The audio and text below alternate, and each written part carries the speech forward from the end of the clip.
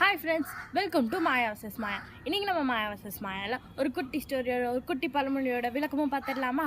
நானே என் தங்கச்சி தாத்தா 3 பேரும் ஒரு கல்யாணத்துக்கு போயிருந்தோம். அப்போ எங்கள் தாத்தா சாப்பிட போகும்போது சொன்னார், சீக்கிரம் வாங்க சாப்பிட போகலாம், அதுக்கு தான் முன்னாடியே சொல்லியிருக்காங்க பந்திக்கு முந்திக்கோ படைக்கு பிந்திக்கோன்னு. அதுக்கு என் தங்கச்சி மீனிங் என்னன்னு கேட்டா.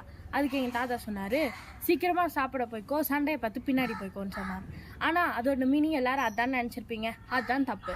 அதோட மீனிங் என்னென்னா, பந்திக்கு முந்திக்கோன்னா இந்த காலத்தில் நடக்கிற பொது விழாக்கள்லாம் பார்த்திங்கன்னா முக்கிய தலைவர்களையும் முக்கிய விஐபிகளையும் கூப்பிட்டு பந்தியில் சாப்பிட சொல்லுவாங்க.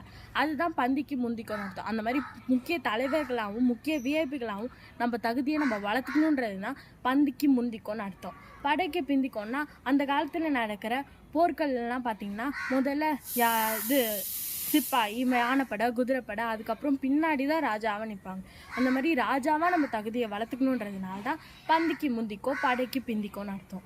அதுதான் இதோட மீனிங். ஆனால் இந்த காலத்தில் சோத்துக்காக அதை கூட மாற்றி வச்சுக்கிறாங்க.